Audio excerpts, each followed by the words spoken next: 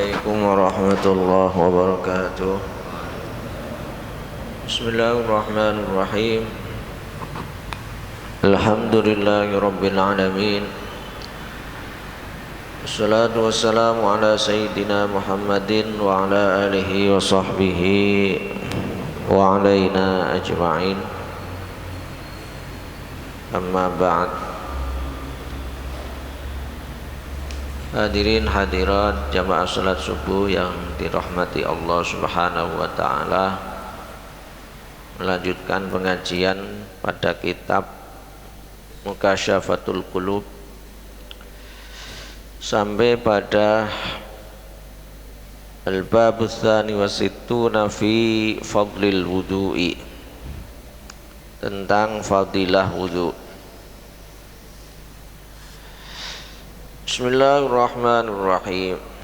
Qala Rasulullah sallallahu alaihi wasallam, man tawadda'a fa ahsanal wudu' wa shalla rak'ataini alam yahdath nafsahu fihima bi syai'in minad dunya kharaja min dhunubihi ka yaumi waladathu ummuh. Wa fi lafdin akhad wa lam yasub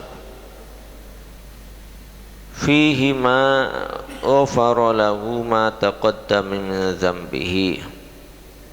Wa qala aidan ala unabbiukum bima yukaffirullahu bil khotoya wa yarfa'ud darajat isbahul wudu'i 'alal makarihi ila akhirih.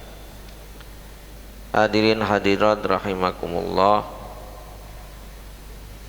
pada kesempatan ini kita membahas tentang babul wudu. Sebelumnya kita membahas tentang qada'u hajati akhil muslim. Fadilah wudu. Jadi karena ini pembahasannya adalah bagaimana wudu dilihat dari fadilahnya secara tasawuf, maka tidak menjelaskan dari awal bagaimana tata cara wudu, kemudian wudu dilihat dari segi syariatnya bagaimana, wudu dilihat dari kaidah fiqhiyahnya bagaimana. Tapi Imam Ghazali di sini, karena kitab ini merupakan kitab tasawuf, yang dibahas adalah berkaitan dengan fadilahnya, fadilah daripada wudu. Jadi tema tertentu atau bab tertentu itu bisa sama tentang wudu, tapi bisa pembahasannya berbeda, dilihat dari segi apa bab itu diupas, bab itu dipelajari atau disampaikan. Kalau bab wudu itu disampaikan dalam kitab fikih, maka tentu yang pertama kali dibahas adalah bagaimana syarat wudu, rukun wudu itu bagaimana.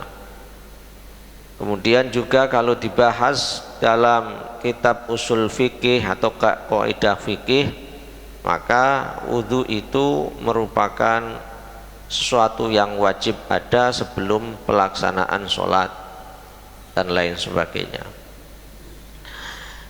Akan tapi kita perlu terlebih dahulu mengetahui wudu itu apa secara syar'i, sebelum kita mengetahui tentang fadilah daripada wudu itu.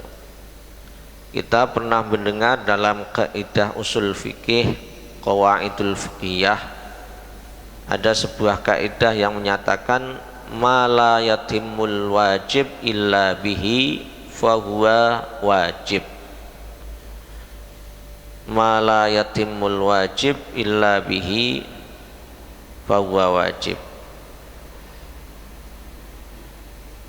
Ini berarti bahwa suatu kewajiban itu tidak akan sah, tidak akan sempurna kecuali ada kewajiban sebelumnya yang sudah tertunaikan. Sholat itu merupakan kewajiban, suatu fardu yang wajib kita lakukan. Sholat kita itu tidak akan sempurna, tidak akan sah kalau tidak didahului dengan sebuah kewajiban, yaitu kewajiban wudhu. Itu makna daripada ma la yatimul wajib illa bihi fahuwa wajib. Di sebuah kewajiban tidak akan sah kecuali didahului adanya kewajiban yang lain, yaitu wudhu. Sholat kita, sholat yang kita lakukan baik sholat subuh ini atau sebelumnya, itu tidak akan bisa sah kalau tidak didahului wudhu. Maka ini secara tasawuf ini menggunakan pendekatan bagaimana kita itu ketika sholat, ketika kita membaca Quran, itu merupakan salah satu sarana kita memperdekatkan diri kepada Allah, salah satu sarana bagi kita untuk berkomunikasi dengan Allah. Karena kita berkomunikasi dengan Sang Khalik, maka tidak sembarangan kita bisa langsung ketemu, langsung komunikasi. Akan tetapi harus didahului dengan kesucian dalam diri kita. Cara mensucikan diri kita sebagaimana sudah digariskan oleh syariat, ya dengan cara berwudu. Kalau tidak ada wudu, ya dengan cara tayamum. Nah, ini yang disyariatkan kepada kita. Begitu juga ketika kita membaca Al-Quran. Membaca Al-Quran dianjurkan kita bersuci dahulu, karena ketika kita membaca Al-Quran, Al-Quran itu merupakan kalam Allah. Kita tidak layak membaca Al-Quran yang sama juga kita membaca kalam Allah, sama juga kita berkomunikasi dengan Allah, kita tidak dalam keadaan suci. Oleh karena itu, bersuci dengan cara wudhu itu merupakan salah satu prasyarat agar kita bisa berkomunikasi kepada Allah dengan Allah ketika kita sholat maupun kita baca Al-Quran. Wudhu sebagaimana telah kita fahami bersama itu merupakan cara kita toharoh. Innallaha yuhibbut tawwabina wa yuhibbul mutatahhirin. Dan wudhu itu didasari pada ayat ke-6 dalam surat Al-Maidah. Ya ayyuhalladzina amanu idza qumtum ila sholati faghsilu wujuhakum wa aydiyakum ilal marafiqi wamsahu biru'usikum wa arjulakum ilal ka'bain ila akhirih. Nah, ini difahami beda-beda oleh imam madhab. Ya ayyuhalladzina amanu idza qumtum ila sholati faghsilu wujuhakum wa aydiyakum ilal marafiqi wamsahu biru'usikum. Wamsahu biru'usikum. Ada yang memahami kalau kita dalam mazhab Syafi'i membasuh atau mengusap kepala itu cukup dengan sedikit air saja, itu sudah sah. Tapi dalam mazhab Imam Maliki, ketika kepala itu harus dibasuh sebagaimana membasuh tangan, sebagaimana membasuh wajah. Akan tetapi ada perbedaan yang mencolok dalam madhab Syafi'i dengan madhab Maliki dalam penggunaan air. Kalau kita dalam madhab Syafi'i terbiasa air itu mengalir dalam pancuran ataupun air yang banyak yang baru bisa kita gunakan untuk kita ceburkan, kita celupkan tangan kita, disebut sebagai kullatain, 2 kulah atau setidaknya 60 atau 60 kubik minimal. Itu baru kita bisa menceburkan, atau air yang kita pakai itu merupakan air yang suci yang bisa kita gunakan untuk wudhu kalau airnya tenang, airnya merupakan air yang berada di tempat bukan mengalir. Tapi dalam Imam Maliki dan pengikut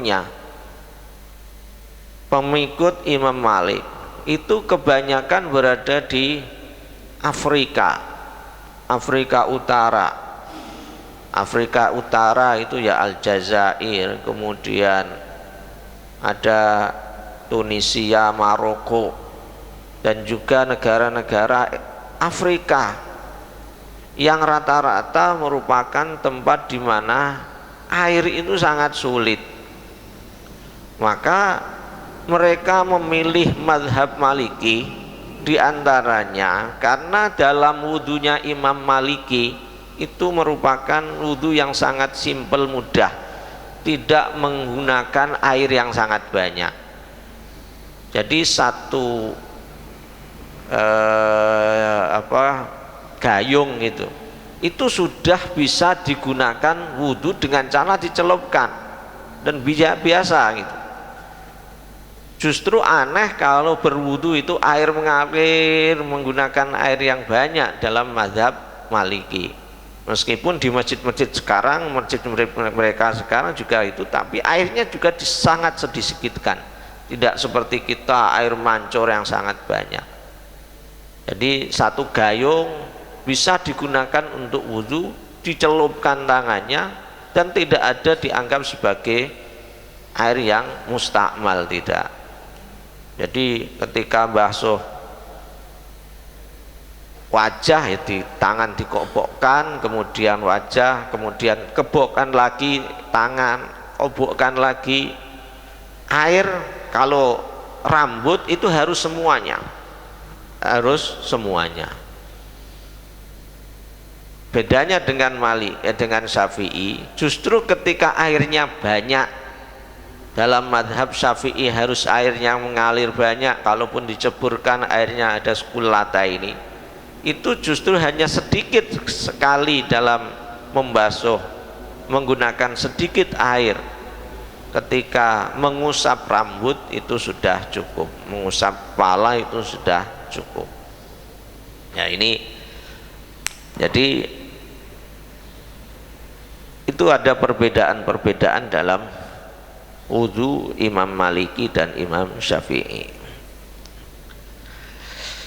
Di sini kita membahas tentang fadilah wudhunya.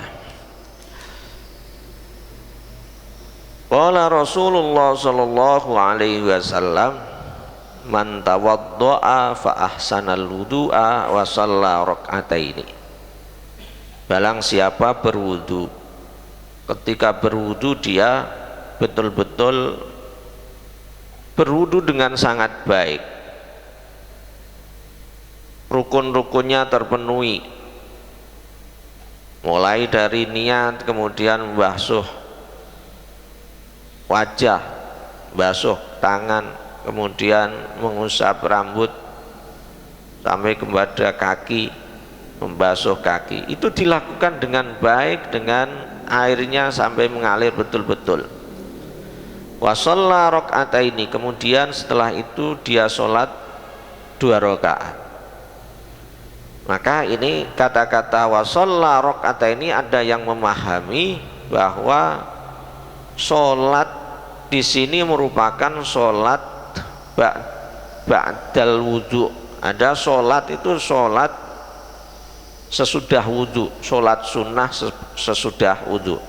Jadi ya setiap kali wudu kemudian sholat sunnah, ini didasarkan pada hadis ini, man tawadda'al wudu fa asanal wudu'a wa shalla rak'ataini walam yuhaddits nafsahu fihima bisyai'in minad dunya.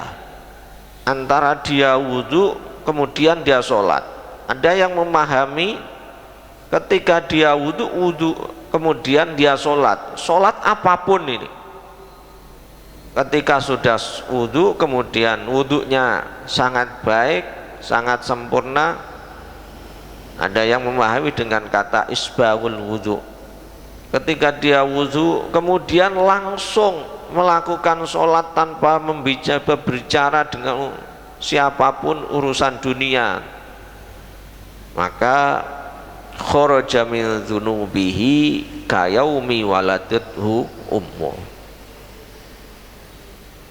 Kharaja min dzunubihi kayaumi waladathu ummu. Maka ketika itu dosa-dosanya diampuni oleh Allah Subhanahu wa taala, ia diibaratkan sebagai orang yang suci sebagaimana dia dilahirkan oleh ibunya pada saat awal mulanya. Ini fadilah wudu sangat luar biasa. Ini artinya bahwa ketika orang wudu itu orang yang mempunyai suci dalam dirinya, mempunyai toharoh pada dirinya, maka dia juga harus berhati-hati. Dia ketika itu suci, maka tidak selayaknya ketika dia suci setelah wudu membicarakan urusan-urusan yang itu urusan duniawi, apalagi urusan-urusan yang menimbulkan dosa, misalkan berbicara ghibah, apalagi hal-hal yang lain yang itu menimbulkan dosa. Ya, ini pentingnya wudu. Setelah wudu kita suci, menjaga diri kita untuk tidak berdosa. Maka kalau itu dilakukan, kharaja min dzunubihi kayaumi waladathu ummu. Wa fi labdin akhar lam yusufihi ma ghafarallahu lahu ma taqaddama min dzambihi. Jadi sering sekali kita mendengarkan hadis ghafarallahu ma taqaddama min dzambihi. Ketika kita melakukan sholat taraweh, man shoma ramadhana imanan wahtisaban ghufira lahu ma taqaddama min dzambihi. Man qoma Ramadan, kalau sholat taraweh, kalau sholat puasa di bulan Ramadan, berarti man shoma ramadhana imanan wahtisaban ghufira lahu ma taqaddama min dzambi. Ketika kita melakukan sholat puasa Arafah, juga puasa 6 hari setelah puasa Ramadan di bulan Syawal, itu juga Allah mengampuni dosa-dosa kita. Jadi banyak sarana yang diberikan atau dicontohkan dalam syariat, kita melakukan syariat tersebut bisa menggugurkan dosa-dosa kita. Di antaranya ini tadi, wudu saja yang sudah biasa kita lakukan, kalau dilakukan dengan baik sempurna kemudian dilanjutkan dengan sholat, antara wudu dengan sholat apapun kalau dipahami di sini, tanpa berbicara atau tanpa mengeluarkan kata-kata yang itu merupakan urusan dunia, maka Allah akan mengampuni dosa-dosanya yang telah lalu. Maka ya ini berarti ketika kita sudah mempunyai wudu, sebisa mungkin menjaga diri kita dari pembicaraan-pembicaraan yang tidak ada gunanya, pembicaraan yang berkaitan dengan urusan duniawi. Wa qala sallallahu alaihi wasallam aidan, ala unabbiukum bima yukaffirullahu bihil khotoya wa yarfa'ud darajati, isbahul wudu'i alal makarihi. Ini Kanjeng Nabi Muhammad sallallahu alaihi wasallam pernah bersabda juga, maukah kalian aku beritahu tentang suatu yang Allah akan meleburkan dosa-dosa dan mengangkat derajat. Allah akan mengangkat derajat pada kalian semuanya. Kemudian Nabi menjelaskan sesuatu yang bisa meleburkan dosa dan bisa mengangkat derajat orang yang melakukannya adalah isbahul wudu'i alal makarihi. Isbahul wudu'i alal makarihi. Isbahul wudu' itu menyempurnakan wudu alal makarihi, itu pada saat yang wudu itu tidak disukai. Bagi kita ini biasa, musim apapun air itu tidak dingin. Tapi di Arab, Mesir, Arab Saudi, di mana Kanjeng Nabi Muhammad dulu ada, bisa air itu bisa sangat dingin ketika musim dingin. Bahkan di tempat-tempat yang lain di Eropa, air itu bisa sampai menjadi es kalau musim dingin, kalau tidak disertai dengan pemanas bisa sangat dingin. Tapi ketika dingin itulah kemudian seorang wudhu dengan air dingin itu karena tidak ada pemanas dan lain sebagainya, maka Allah justru ketika itu akan mengangkat derajatnya, dan juga Allah juga akan meleburkan dosa-dosa karena dia melakukan sebuah perintah ketika dalam keadaan sulit, dalam keadaan yang dia tidak suka, menyentuh air yang ketika itu dalam keadaan dingin. Bisa saja juga berlaku pada kita ketika kita musim hujan dingin, kemudian kita juga melakukan wudhu, maka ini kita juga bisa mendapatkan yukafirullahu bihi al khataya wa yarfa'ud darajat. Di antara juga yang Allah akan meleburkan dosa-dosa kita dan juga mengangkat derajat kita, wa naqlul aqdami ilal masajidi. Kita melangkahkan kaki kita ke masjid, wantidharis sholati ba'da sholah, menunggu satu sholat dengan sholat yang lain. Ini ada yang memahami yang mudah dilakukan ini antara sholat maghrib dengan sholat isya.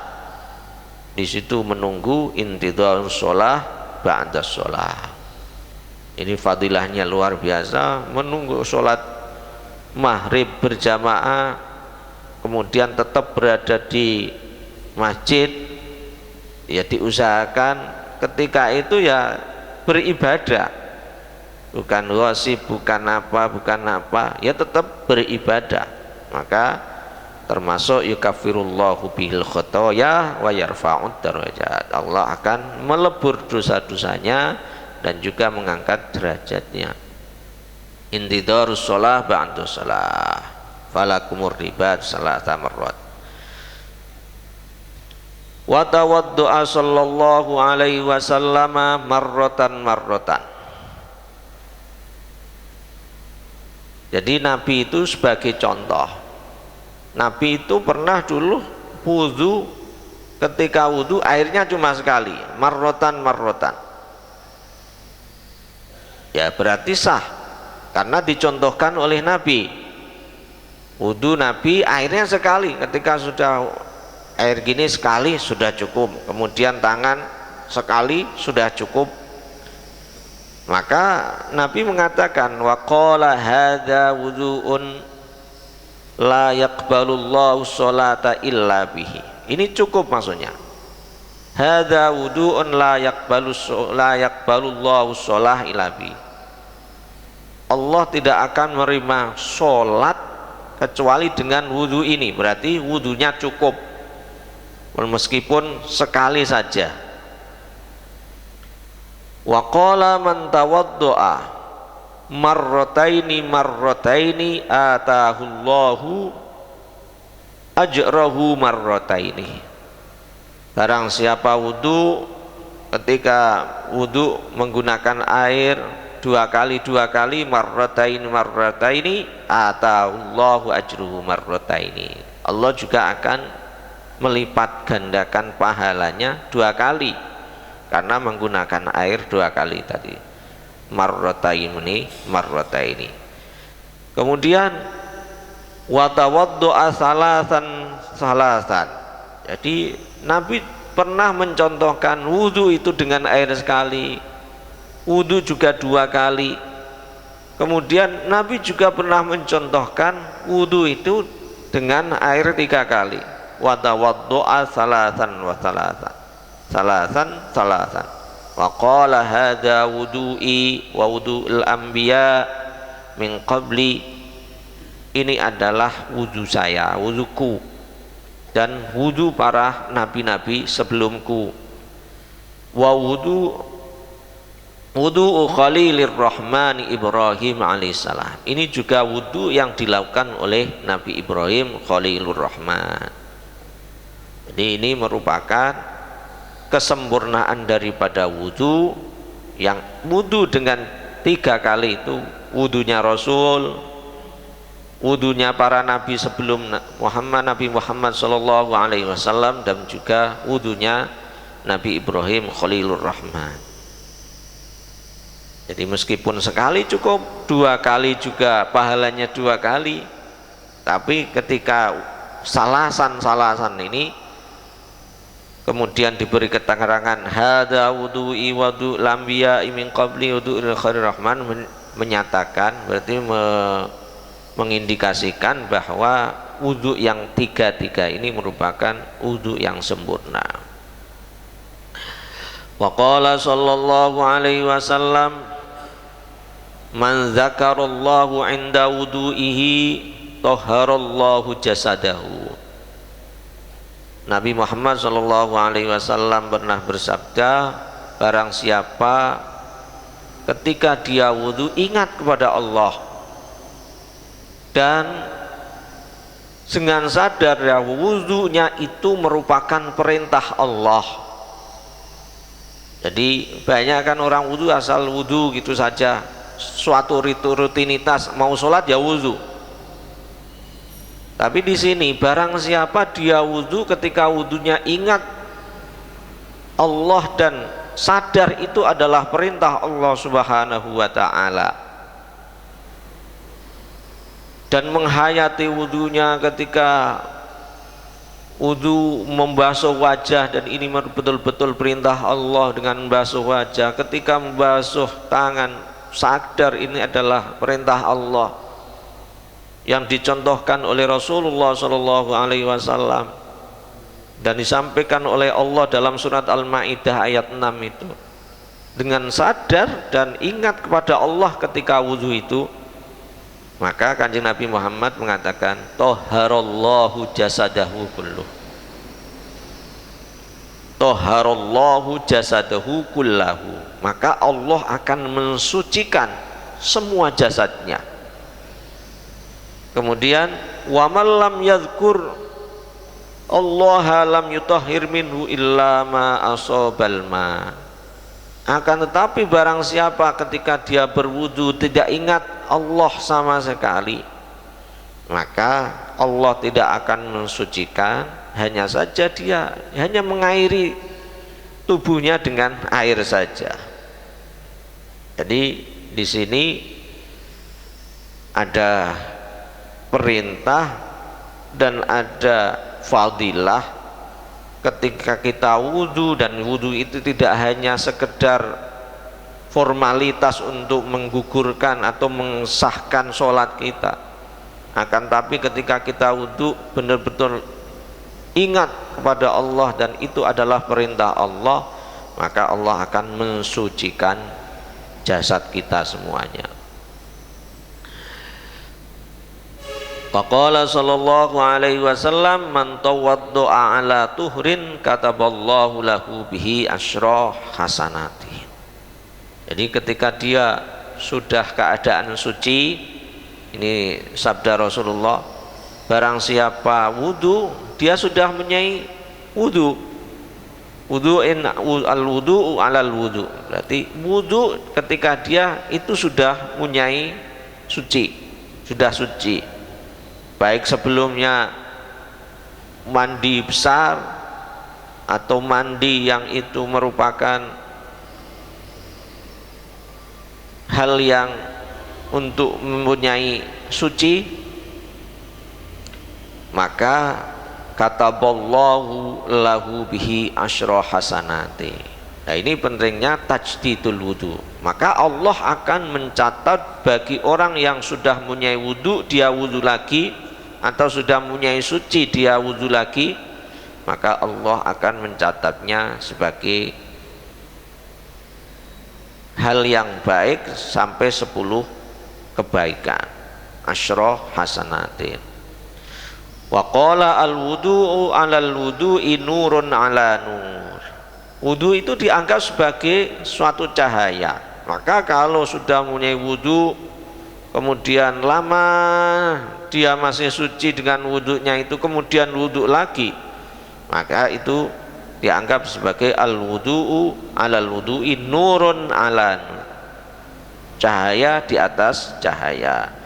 Wa hadza kullahu hatta 'ala tajdidil wudu. Inilah pentingnya untuk kita senantiasa mempunyai wudu, dawamul wudu, senantiasa menjaga wudu kita, kemudian juga mentajdid, memperbarui wudu kita yang sudah kita mempunyai wudu. Demikian yang bisa saya sampaikan, semoga ada manfaatnya untuk kita semuanya. Allahu a'lam bishawab. Ya Allah biha, ya Allah biha, ya Allah bi husnil khatimah, ya Allah biha, ya Allah bi husnil khatimah, ya Allah biha, ya Allah biha, ya Allah bi husnil khatimah. Assalamualaikum warahmatullahi wabarakatuh.